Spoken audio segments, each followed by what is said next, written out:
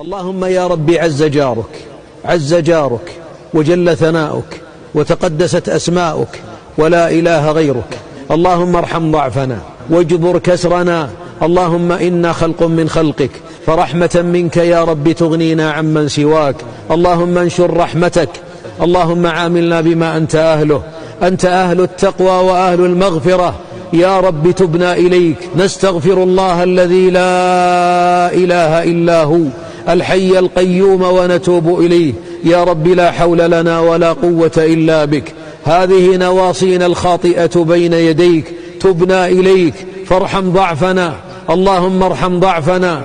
يا رب ظلمنا أنفسنا، وإن لم تغفر لنا وترحمنا لنكونن من الخاسرين.